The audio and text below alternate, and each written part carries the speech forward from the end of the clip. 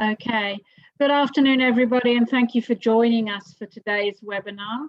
My name's Jo Root. I'm the Policy Director here at CHF, and it's my great pleasure to welcome you to today's webinar on living evidence and COVID. Before we start, I'd like to acknowledge the traditional owners of all the lands that we're meeting on today and pay our respects to their elders past and present. I'm on the lands of the Narragansett people, which are the people that cover the Monero, because I'm up in Jindabyne looking at the lake. It's very beautiful. And I'd like to particularly pay my respects to the knowledge holders and community members of the land and waters, and to elders past, present and emerging for the Monero. So, and I'm sure you can all, you all have different traditional owners and elders that you pay your respects to. So today's format is, I think, pretty standard. Before we go on, with little housekeeping before we get started, if you've got any questions during the presentation, please type them into the Q&A box. I'd prefer you use that rather than the chat. I can only channel my thoughts onto one place at a time. I'll bring them up during the presentation and we'll have questions at the end. I've asked each of the presenters to speak for 10 minutes about their perspective on this issue, and then we'll go to questions. So hold your questions. Well, put your questions in, but remember them, and I'll try to get to as many of them as possible. We possibly won't get to all of them, but we'll move on to help make sure we get to as many as possible. The first presenter is Dr. Tari Turner. Tari is a Senior Research Fellow at Cochrane, Australia, and Director of Evidence and Methods of the Australian National COVID-19 Clinical Evidence Taskforce. Tari leads research developing and evaluating methods for living evidence syntheses, including living systematic reviews and living guidelines, and translating the synthesized evidence into improved healthcare practice and policy. Tari's passion is supporting evidence-based decision-making to ensure the best possible outcomes, particularly for women and children in low resource settings. She loves seeing research actually make a difference. So over to you, Tari. Thank you very much, Jo, and thanks for the opportunity to come and talk to you today. I'm just going to share my screen, so with any luck, you'll be able to see this in just a moment. And I'd also like to start by echoing Jo's acknowledgement of the Indigenous owners of the land on which I'm presenting, which are the Wurundjeri people of the Kulin Nation. And before I launch into my presentation, I'd also like to say that I'm presenting on behalf of the work of a huge group of people today. So whilst it's my face you see, there are at least another 250 other faces behind all of this work. And of course, I'm presenting just a very high level summary. So if I don't mention you by name, it's not that I don't value your work. So first to begin, I'm just going to give you an overview of the work that we're doing in the National COVID-19 Clinical Evidence Taskforce, giving you a sense of how we develop living recommendations. And really there's been no greater example of a situation in which we needed rapid evidence-based recommendations to guide clinical practice than the COVID-19 pandemic. 15 months ago, very few of us had heard of COVID-19, let alone knew how to treat it. And there's been a huge rush of evidence produced subsequently to inform clinical practice. And clinicians can't possibly keep up with that generation of evidence. They need people to help them sift it and produce guidance to support the important decisions that they're making. So we at the task force have convened a multidisciplinary collaboration of researchers and clinicians and consumers who together look at all the research evidence that is available to inform clinical decisions and produce trustworthy guidance for Australians who are treating people with COVID-19. The task force consists of 32 member organisations with representing all of the clinicians who provide care to patients with COVID or suspected COVID in Australia. It's a diverse and very large collaboration. I'm going to step you through the process in a kind of timeline way for how we address a clinical question and develop a living guideline. So we'll go through it together, but just to highlight that the blue dots that you'll see on subsequent slides highlight the work of the evidence team within the task force. The pink signifies the contributions of other people, other clinicians and groups such as the consumer panel, who I'll introduce you to in a bit later. And we'll see some traffic lights as we go along. So the process of developing a living recommendation starts with a question. And we have on our website and in other places opportunities for people to propose questions that they'd like to see answered for the care of people with COVID-19. We receive questions from clinicians, from consumers and carers, from policymakers who want to know what the research says about the best way to treat patients with COVID-19. So one example that we'll follow through this today is, do corticosteroids work in the treatment of COVID-19? Clinicians need to know about the dosing and timing of corticosteroids. Consumers and carers have questions around the harms and benefits of these treatments, and policymakers want to know who should it be available to and how big is the effect. So when a question like this is posed, the first step is that it goes to our guidelines leadership group. So the Taskforce Guidelines Leadership Group is our main clinical decision-making body. And when we bring them a question, they go through a process of identifying, is it in scope within it for our guidelines? And then, is it important? Is it going to affect lots of people? Is there considerable uncertainty? If the question is prioritised, then we delve in a bit more detail. We investigate who are the patients or population that we need to involve, what treatment or intervention is being considered, what do we want to compare it to, and what benefits or harms does it cause? And we use the word PICO. I'll probably use it a number of times. My apologies, but that stands for patient, intervention, comparison, and outcome. Once we have a well-defined PICO question, we search. And so around 1,000 studies are published each week looking at treatments for COVID-19. And by now, of course, that means we have over 50,000 research studies looking at different aspects of the treatment. And so the first job of the evidence team is to filter that evidence to find good quality, relevant evidence that answers the question. This is my crew. We've got about 12 evidence officers working away in the engine room of the task force. A group of, if I can say so, incredibly clever and dedicated people who've worked all sorts of strange hours for the last 52 weeks or a bit more. And we have expert searchers and people to look for the evidence and to review the quality of that evidence. And we use a process called GRADE to determine whether that evidence can be relied on to guide decisions and help us make recommendations. Once we find evidence that can support a living guideline, we do an assessment of the bias in that evidence, the consistency, the precision, and the applicability to provide an overall summary of the quality of that evidence. I could talk to you for about 72 hours about that process, but I'll skip over it. Let me know if you have any questions about the detail. We then produce a draft summary of the evidence, and this is where it gets fun. So that draft summary of the evidence goes to at least one of our expert clinical panels. The task force has several clinical panels that address each of the different elements of care for people with COVID-19, everything from primary and chronic care, critical care, pregnancy and perinatal care, pediatrics, hospital care, all the different elements you can imagine. We also have a special expert advisory group with particularly focused areas of expertise that we can draw on as we need them. These might be methodologists or perhaps specialist pharmacists or other particular specialists. So we take our draft evidence summaries to one or more of these expert clinical panels.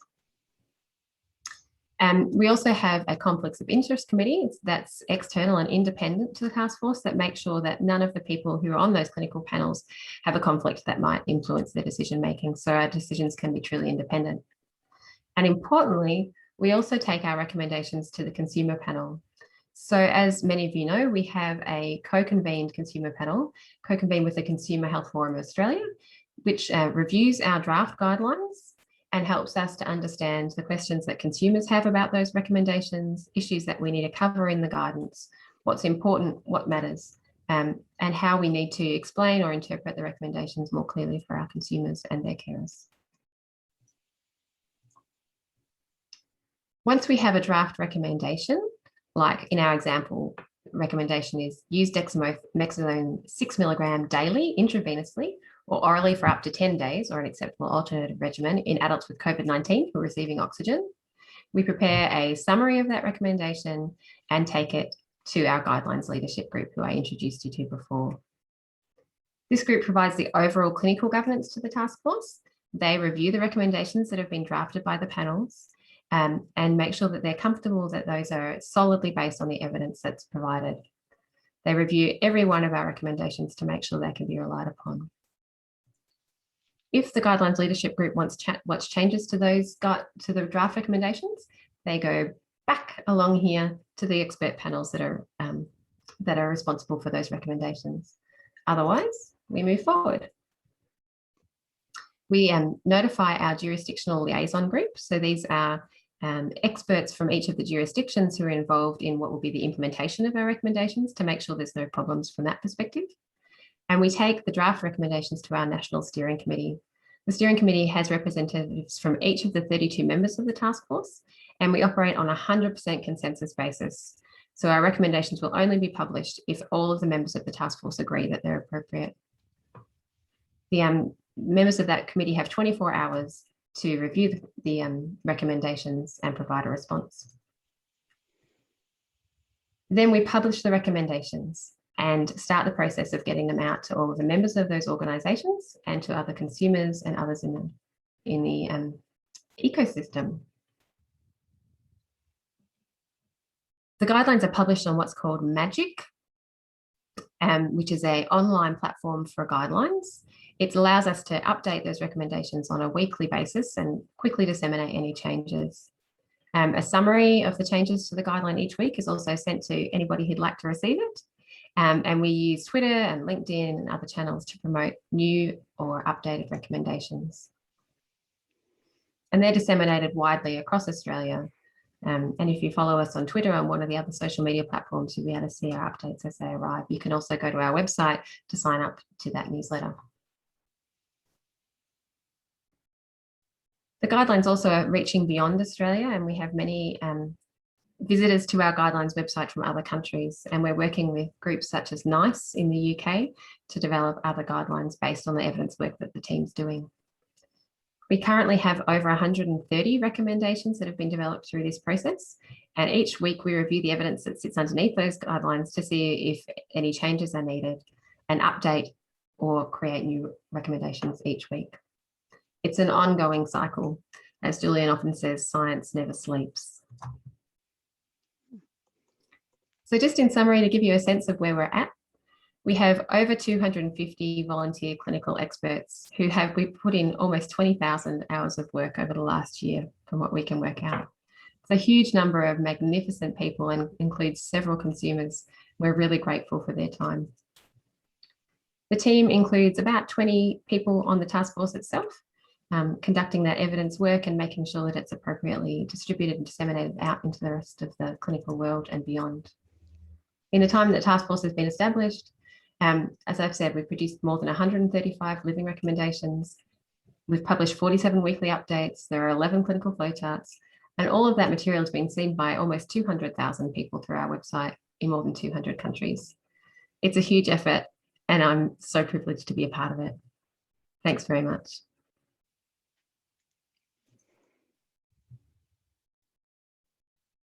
I think you're muted, Jo. 2020, 2021, you're muted.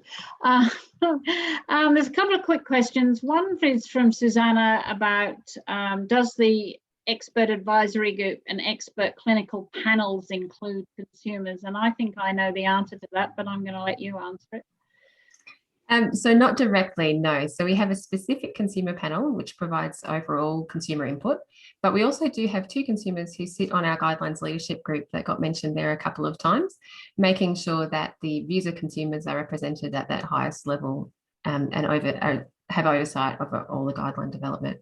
The expert panels themselves are predominantly clinicians and from a huge range of different disciplines as appropriate to the area. I might keep the other questions for when we have more of a discussion, because I think some of it might be covered by other presenters, and people keep your questions coming and I'll try to work through as many as possible. Our second presenter is Eleanor Horton, who actually is on the consumer panel and on the guidance leadership group. And it's my great pleasure to introduce Eleanor, because it's It's always great to have consumers participate. Eleanor has a background in nursing and is a senior lecturer in nursing at the University of the Sunshine Coast. She's many years' experience in health advocacy and consumer engagement in both Australia and New Zealand. She's been a carer for the past 21 years. She's currently the co-chair of the Taskforce Consumer Panel and is actively involved in the Stroke Foundation committees and clinical guidelines development. So Eleanor, I'll hand over to you now for your perspective on the living guidelines. Thanks. Thanks, Jo. Thanks, Tari. That was a wonderful presentation of the journey that we go through. I'd like to acknowledge the traditional owners of where I am at the moment. That's the Gubbi Gubbi people on the Sunshine Coast, and honour the elders past and present. Being involved with the consumer panel and the expert leaders group has been a really busy and interesting experience from a consumer's perspective.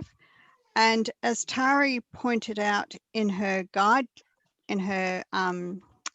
going through with the corticosteroid example, as the consumer panel, we view everything in terms of preferences and values. And you can imagine when the panel was first established, there were no people experienced with the lived experience at the time. They were actually experiencing COVID. So initially, the first panel last year was people like myself, carers, consumer advocates, people with lots of engagement experience, bringing forward to the table preferences and values that they thought consumers would like the guidelines to consider. So the guidelines are developed by the clinicians. They're brought to the consumer panel. We look at them in terms of the consumer's preferences and values. And then if we're not 100% in agreement and we make constructive suggestions on improvement, then they go back to that panel for further discussion. So it's not a matter of the guidelines being developed, getting a tick from the consumer panel, and then they're published. We have had quite a few examples. It's a two-way process, so we're actively involved in the development of the guidelines. And this year, the panel has been reformed, and we have a majority of panel members who have the lived experience of what it's like to live with both short and long-term COVID. And that lived experience is extremely important. So in terms of being involved with developing the guidelines, it's been a busy process, as Tari showed you how quick it is. And it's been like weekly and fortnightly. It has been consistent over the 15 months. So the future looks bright in terms of what we're doing, developing more guidelines, more flow charts to guide clinicians. This doesn't mean, for those of you that don't know, that it's mandatory for clinicians to use these guidelines. It's not mandatory, the fact that they're developed, the fact that there is a flow chart that they can use, but it is hoped with putting best evidence and best practice out there to get the best patient outcomes, clinicians will take up the guidelines and use them. Because this is an area where we have very little information to guide clinical practice. And if we want best clinical practice, then we get that through using guidelines because they're based on evidence and they're based on consumer input and carer input that people know what it's like to actually have that experience and to be involved when people don't have a voice. Okay, so as a carer, I'm extremely important that we do have a lot of people in the community that aren't strong enough to have their own voice and that need an advocate to voice their concerns and to advocate for them quite strongly.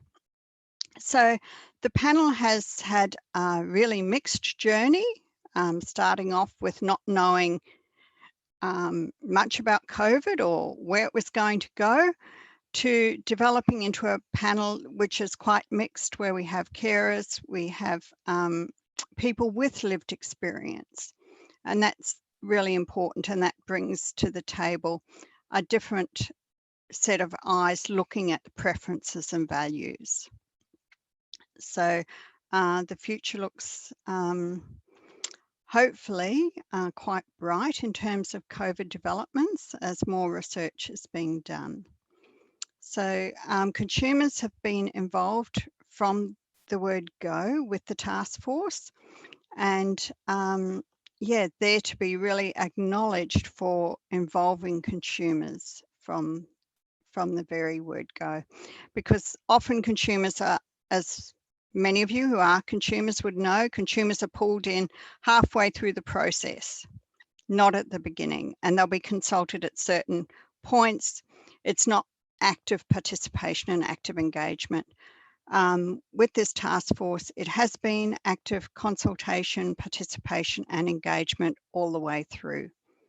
And we have some really expert clinicians to work with. So it's from a consumer perspective, it's a really worthwhile experience. And Joe, that's where I'd like to finish, because I think Chris is the most important. For me personally, Chris is the lived experience. Thank you for that, Eleanor. That's right. And thanks for that. And thanks for the overview of the work of the panel. I think there's probably a few questions, but we'll get to, as you've said, the most important person, which is the consumer who has had the lived experience. And unfortunately, we now have people who had the lived experience, which we didn't have when we started off on this process. Chris Lassick is a science communicator, writer and broadcaster with a PhD in theoretical particle physics. Goodness gracious.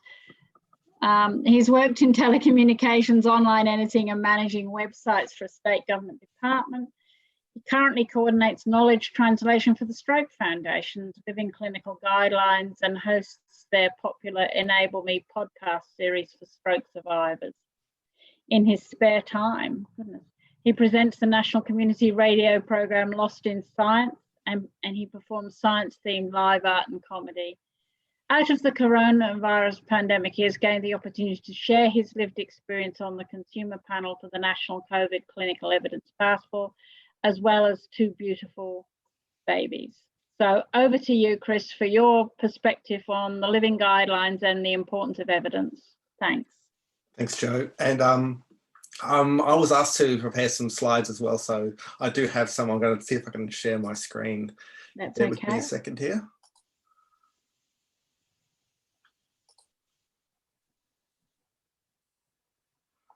Okay. I'm not sure what it.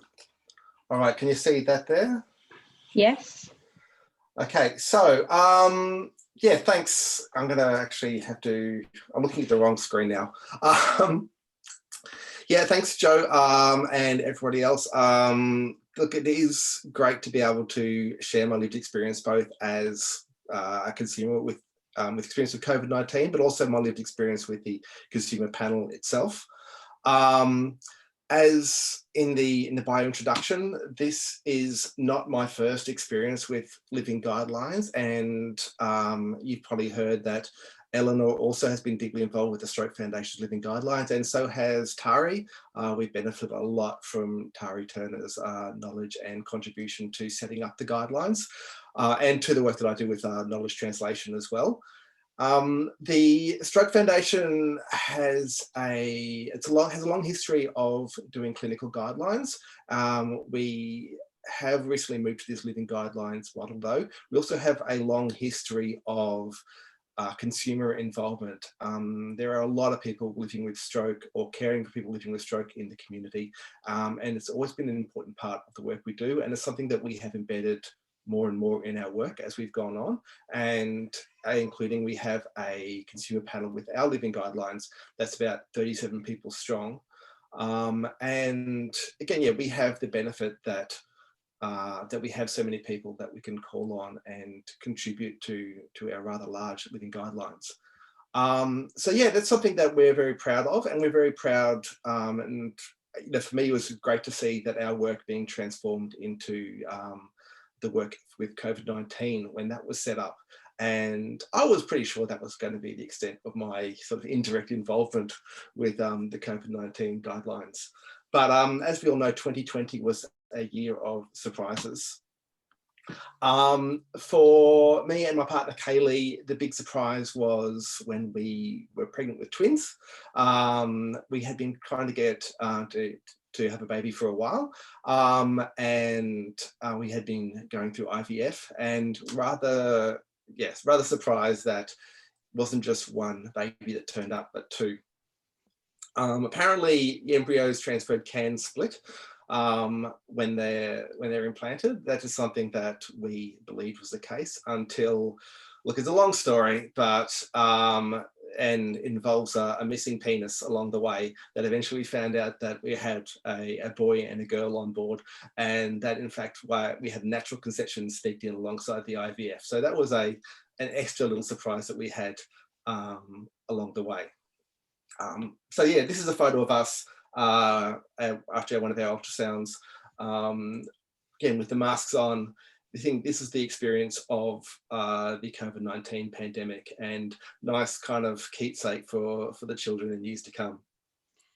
But then we hit Victoria's second wave, and I've highlighted here June the 26th, which is basically when I started to show some symptoms for COVID-19. And as far as I know, I was one of the unknown sources, have not been able to figure out the where I got the infection from.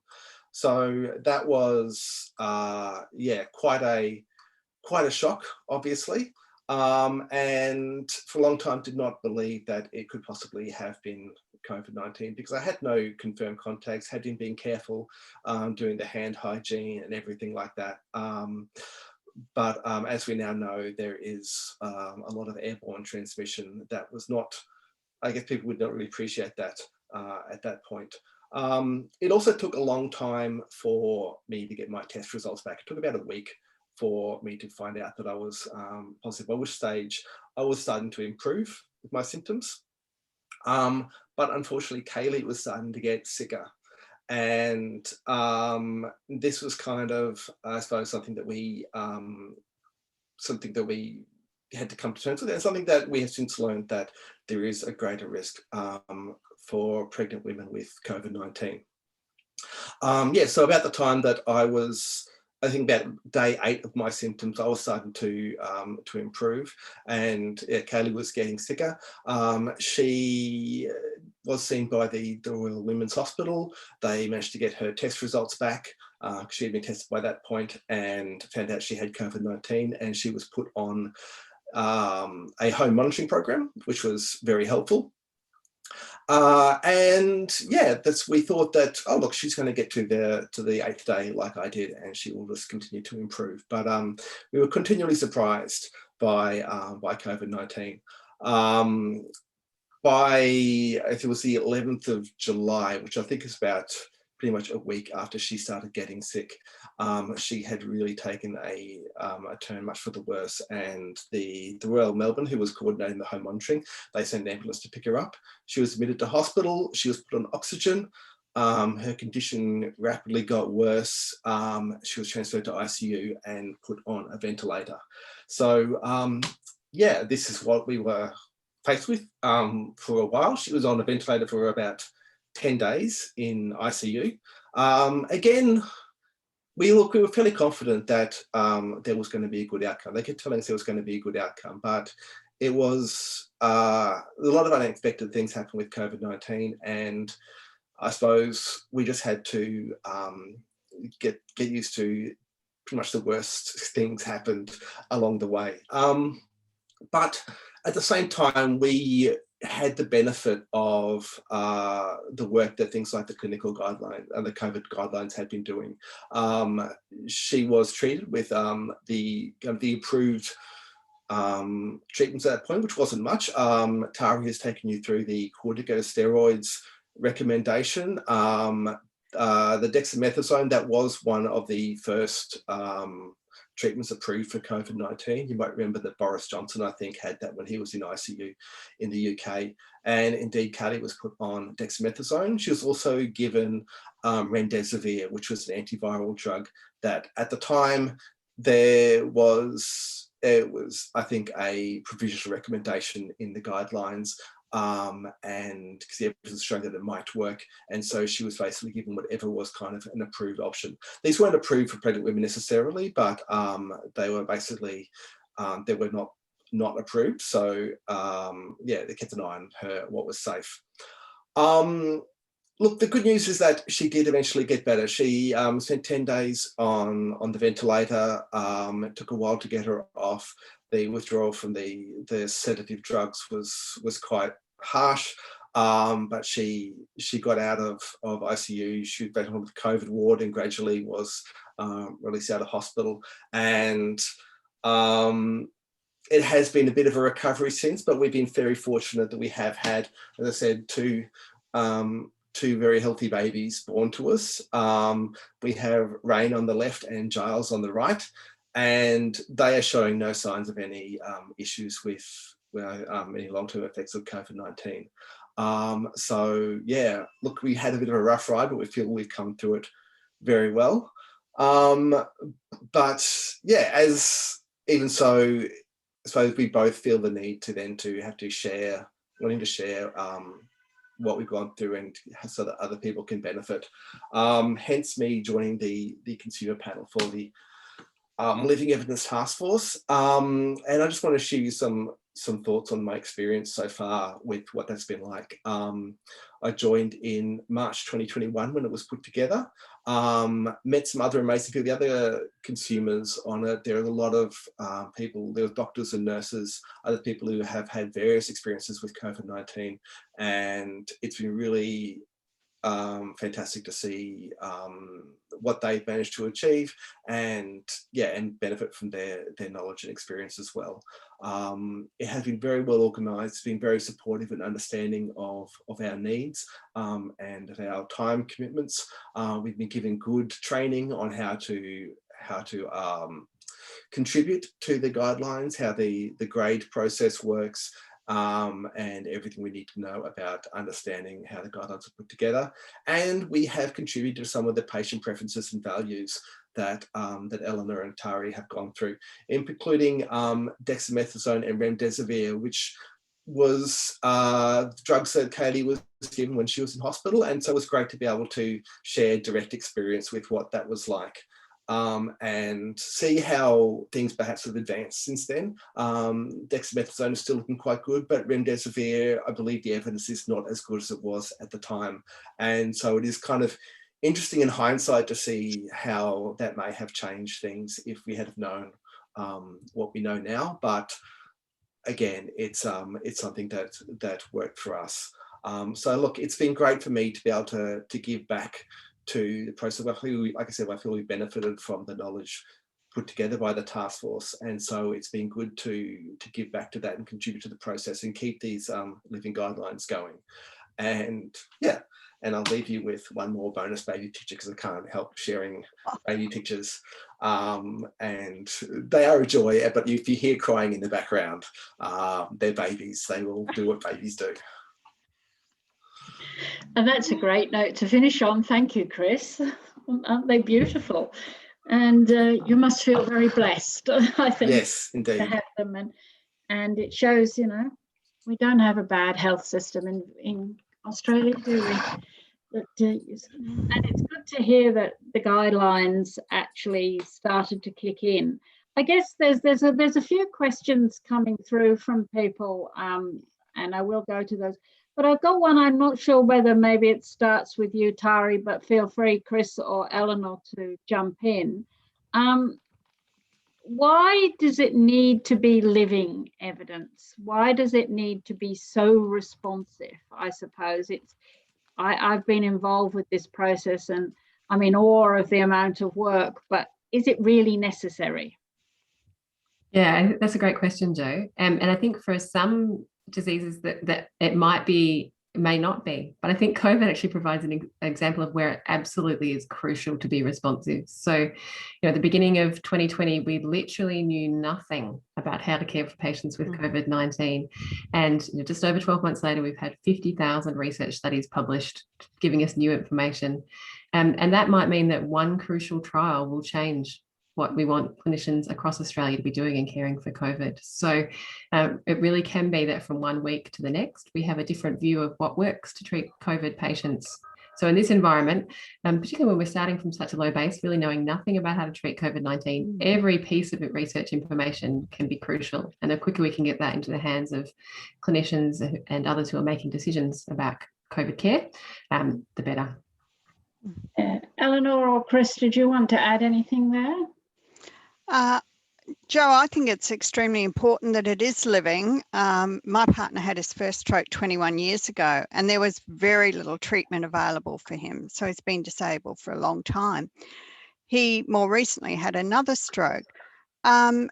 We have stroke pathways, we have good evidence now, and there are treatment options that weren't available before that have developed. So it's really important that clinicians are kept up to date with the living guidelines, and they are alive and they are changing as research becomes available.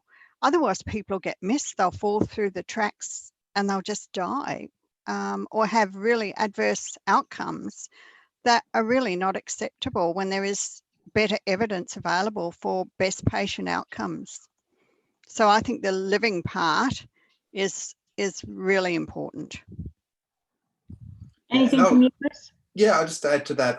Again, I suppose thinking about stroke in particular, we've always had updates to our guidelines, usually on about a 5-year cycle. But as Eleanor says, there's been so many advances in treatment that is not quick enough, but also it's a big job to completely review the entire guidelines every few years. So the living model where you are updating it as new evidence comes through has a lot of benefits, both from efficiency and for keeping things current.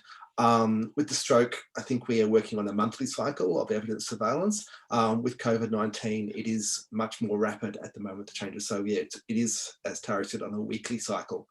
It's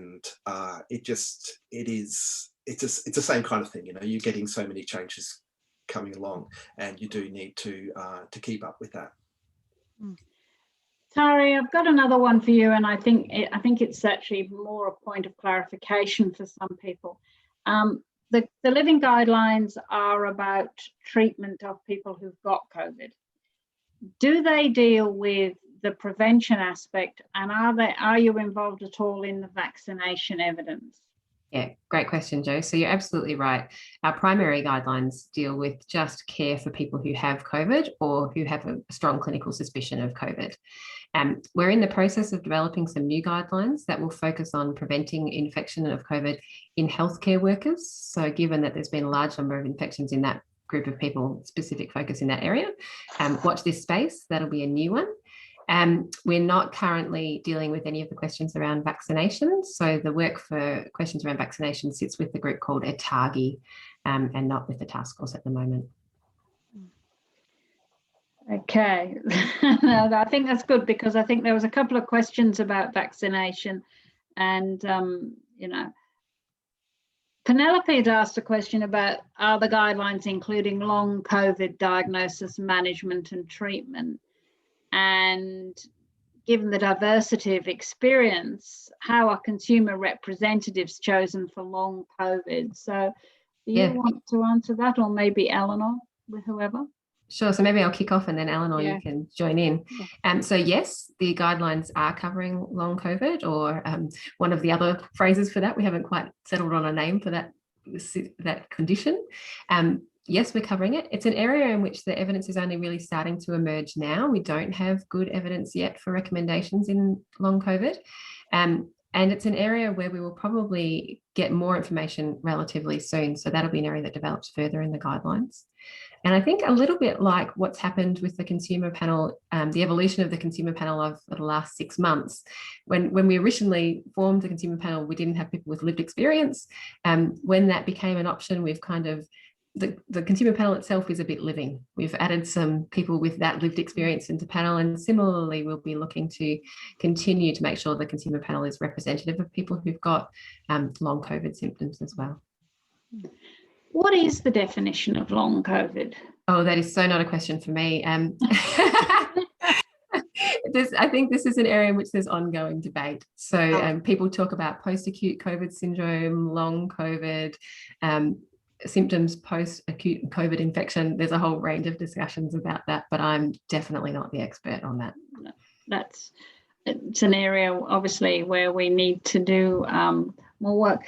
The question I have, I think, which is more for Eleanor and Chris, is how you're involved in the panel. You're involved in the consumer panel. You're on the governance clinical leadership group, or whatever it's called, GLG. I only know it as its acronym. I apologise to everybody who hates acronyms.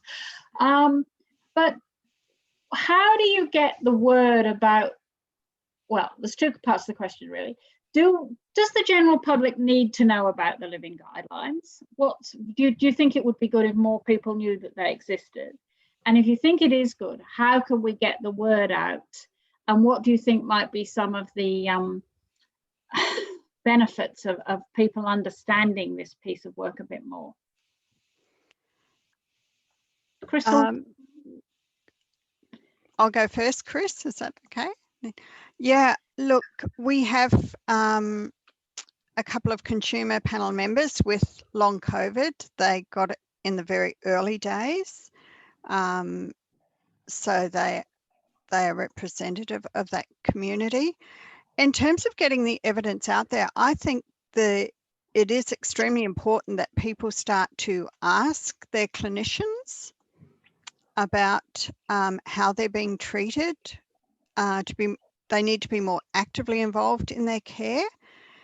It's not enough for people just to go along and get a COVID vaccine. They need to know what vaccine they're getting and what side effects. They need to know the signs and symptoms of COVID from the beginning. Personally, I think how we get that out there probably is better off coming from the clinical task force, more so than just the consumer panel being seen as a group of consumers. We are very much a part of the task force, and it's important for the public to see it. Any information coming from the task force that includes the consumer panel, that includes people like Chris with lived experience, other members with long COVID experience, so that, you know, we are representative right across the board. I don't have any magic answers as to, you know, we've tried with the stroke guidelines, and until you're actually in that lived experience, and you may have read something that you can actually say to the clinicians, are you following the clinical guidelines? Are you following the pathway? And I know from my own experience, having someone end up in an emergency and predominantly having a stroke, as soon as I said, are you following the stroke pathway? And he said, yes, I will follow the stroke pathway. And I just felt, oh, a weight had been lifted, because I knew the care provided was going to be based on the best clinical evidence available. And I think, yeah, that's extremely important. But I don't have a magic answer for how do we get the public to actually ask clinicians, because it does make such a difference when you know, and you're not just taking it for granted, you are getting the best available care. And it's coming through in the questions, and I'll get to you, Chris. It's coming through in the questions. There's a question from Susanna Morris. I mean, about how you make sure that the guidelines are followed, because they're guidelines, they're not mandatory, and clinicians can accept them or not. When you and your partner were both sick, Chris, did you ever get the feeling that people were winging it? The clinicians were sort of going where they thought, or did you feel confident that there was some evidence behind the treatment you were getting? I felt, I was actually, I guess, reassured that there was some evidence behind it. As I said, with some of the treatment that Kaylee was given, that was discussed with us, and that was the recommended treatments. I also knew that people from the Taskforce were involved with the Royal Melbourne Hospital, and so there was that kind of, they're the same sort of people involved.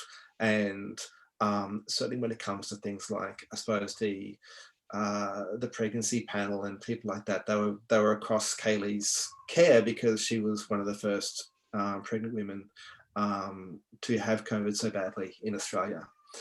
So yeah, there was a lot of evidence, but there was also, it wasn't that there wasn't any winging at all, because there had to be, because it felt like still fairly early days. There was a lot of things being found out at that point. And as I said, some of the evidence has since changed on some of the treatments. And, particularly when it came to things like the impact of pregnancy on COVID and vice versa, there was a lot, and a few different opinions out there. And so that, I guess, translated though to a lot of caution with what was being done, and as much relying on I guess standard care for someone in Kaylee's position, that was possible to do. So the fact that she was on a ventilator in ICU, that's putting people on ventilators is what they do. It's part of, there is some standard protocols for that. Similarly with the babies themselves, there was plans for emergency delivery. They had everyone from the women standing by. They were doing the best there of what they did based on the available evidence there. Yeah, no, that's good. And I think it's reassuring to consumers. So I suppose people getting treated now would have all the 50,000 research studies. And the other issue that came up in treating COVID, and I think our consumer panel did discuss this last year, is how do these living guidelines help you address misinformation? There was enormous amounts of either misinformation, deliberate disinformation, or even fake news around COVID and COVID treatment last year. So, Tari, is there a process for trying to, does that come up in the discussions of the task force about, when we had Mr. Trump extolling the virtues of hydroxychloroquine, for example, how do you did you have to address those issues?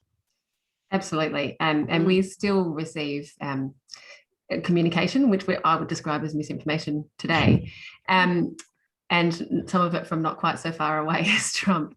I think it's actually increasingly the task force is becoming a resource for media to go to. So, for example, the RMIT or ABC fact check services will come to us if somebody's made a statement that they think might need checking, and increasingly we're able to kind of respond with what the evidence says in a very neat way. Eloise and her team, our Director of Communications, do a great job of putting that out there, and also of just making sure that not just responding to misinformation, but that we're communicating clearly the accurate information. So Julian and others of our team and members of our panels have done lots of media to make sure that the message is getting out about what we actually do know about hydroxychloroquine. Doesn't work, and ivermectin and other similarly hot topics. So I think it's a bit both being ready to respond to misinformation, but also being really proactive in putting out accurate information.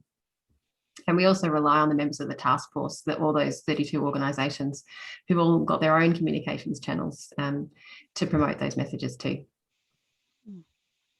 Yeah, and I think somebody makes the comment in the questions about, we were all starting at square one. Consumers were definitely starting at square one when COVID-19 hit last year. We had no idea. It's hard to believe that we're now up to the stage of actually having vaccinations and movements on treatments. And so I think, in terms of international cooperation on that, Tari, is our Living Guidelines Taskforce working with others so that we're not duplicating effort? It came up in a couple of questions we got before the webinar about how much was this costing, how much effort was going into this, is there international cooperation? Can you sort of put people's minds at rest on that one? So I'm really passionate about this, Jo. I've been arguing for a good, well, let's not give away how old I am, many years, that we should have more international collaboration in guideline development. A lot of the evidence synthesis work is the same regardless of the context, and there's a level of interpretation that needs to be done locally, but much of that evidence work has been, should be shared.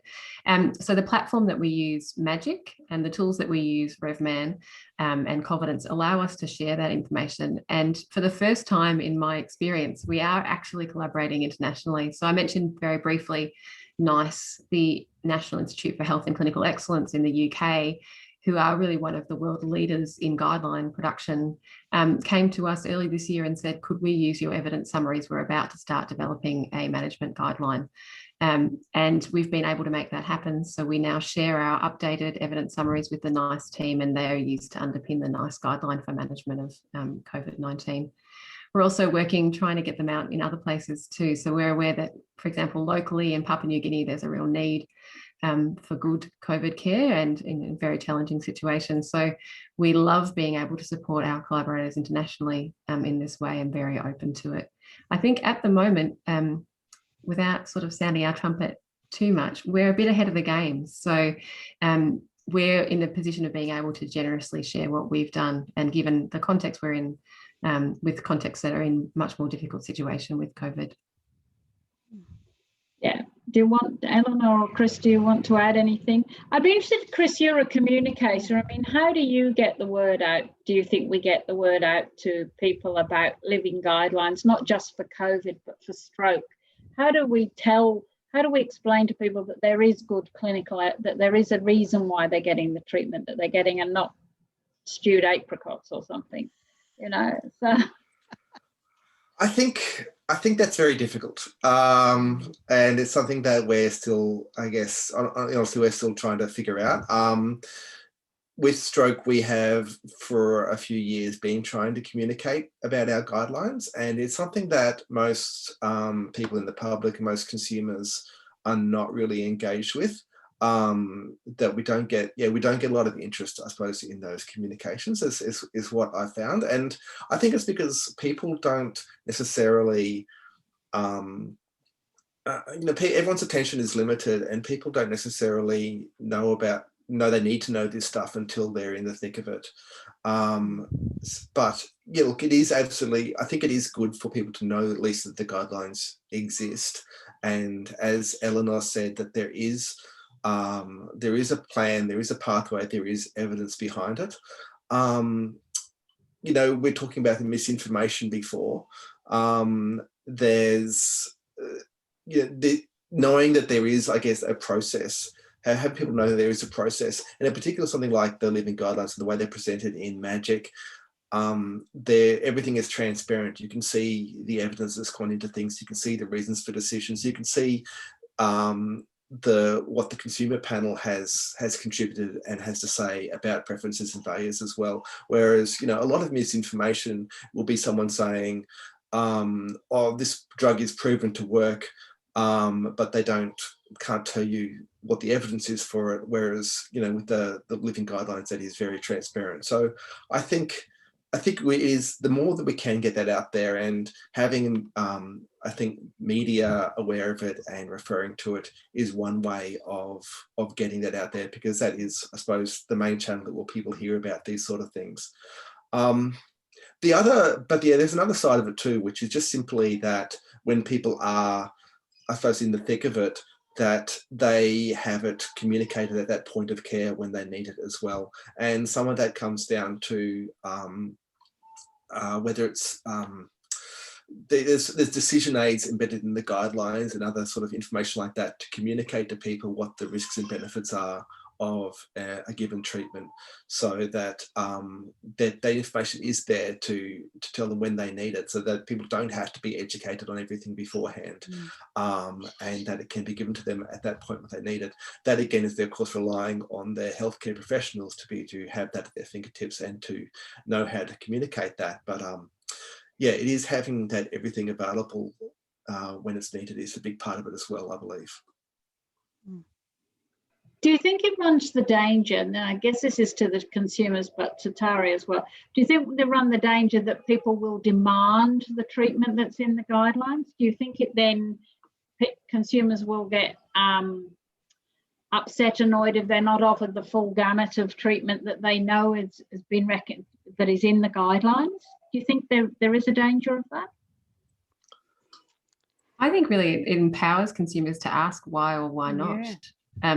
You know, I'm happily have not been a consumer in the COVID-19 context, but I would love to be able to go and say, okay, you've told me dexamethasone, great. Why have you decided, or why are you suggesting I don't have X treatment? I think that's a good conversation to be able to have with the clinician, and it's a way of educating the clinician about the existence of the guidelines if they're not there, as well as providing a kind of an opportunity for a conversation. And not all of the treatments are going to be appropriate for all of the consumers, both for reasons that are the consumers and for reasons that are the clinicians, but it enables an open conversation about what those reasons are. There are different levels of recommendations in the guidelines, and that's based on, I guess, the strength of the evidence and what the expert group feels about that, but also based on us as consumers, how we feel about things like the side effects of a given treatment and that sort of thing as well. And so there are some that will be very strong, saying everyone will benefit from this and there are minimal side effects, and that is the kind of thing where we would hope that everyone is given that. And there's things that are more in the grey area when it does need to be that discussion with the person involved of, you know, how do they feel about any side effects, any risks of the treatment compared with what is known about the size of the benefit for it. So it does need to be that information. The guidelines are more than just a single line of someone should have this. There's all that information behind it as well. There's got Eleanor. Did you want to? Jo, I'd just like to say, geographically throughout the country, we don't have an equitable health service, and we do have populations that don't have access to many of the treatments available in guidelines. They get the best care available where they are geographically, and that raises a lot of issues more than this platform can address. Yeah, I think yes, we can't solve everything with one thing. If I was to ask each of you briefly, sort of in 30 seconds, for Eleanor, what's the highlight been so far for you in working on this, on the living guidelines? What do you think is the key thing that you will take away from doing this work? Prior to coming onto the panel, my contact with people with COVID were colleagues from overseas that had experienced COVID and had family members who didn't have very successful outcomes of COVID. So I was really apprehensive that we could get the best available evidence in the one platform. Magic App does that, and I think we're using the right platform. And I think improving patient outcomes, involving consumers at every level has been the highlight for me, and that's something that will stay with me for as long as COVID's around, that we are doing the best that we can do. And what about you, Chris? I think there's been so much uncertainty and so much, I suppose, panic and misinformation with COVID-19 that, for me, the big highlight is being able to see that there is some logic there. There is some reassurance that there is evidence that's being put together, and is not just a complete unknown. that there is a lot of work that's been done, and that the treatments that are recommended have been shown to be effective, and there is a reason why things are not recommended as well, and that it is not just, we're not just at the mercy of people winging it, as we said before, that there is a plan and there is something going on, and it's great to see that happening and being able to contribute to it in a small way. Yep. What about you, Tari? Apart from long hours, what's been the highlight for you in working on the COVID guidelines? I'm going to be a bit cheeky and take two, Jo. I think my personal highlight is really just being able to contribute my slightly bizarre set of skills to what I think is a really important issue. That's just an enormous privilege and a pleasure. But the other thing for me is just seeing the huge number of people contributing such an amazing amount of input, all the various members of the consumer panel and the expert advisory groups and the expert panels. I just have been blown away by people's generosity and willingness to contribute, and we couldn't have done it without them. And I think it's just a glorious example of how people can pull together. And on that note, which is lovely, thank you. I'd like to thank all three of you, Chris, Eleanor and Tari, for giving us your time for today, and to everybody who participated in the webinar. I hope it was useful. I hope it was helpful to people. The guidelines there is a website for the National COVID Taskforce, and you can go and have a look. Somebody is, and I think you can find magic. And I'd encourage everybody to have a look. Send in any additional questions to CHF, and we can pass them on to the task force for answers. And thank you all for your time, and have a great afternoon, everybody. Thank you. Thanks, everyone. Thank you, Jo. Thank you. Thanks.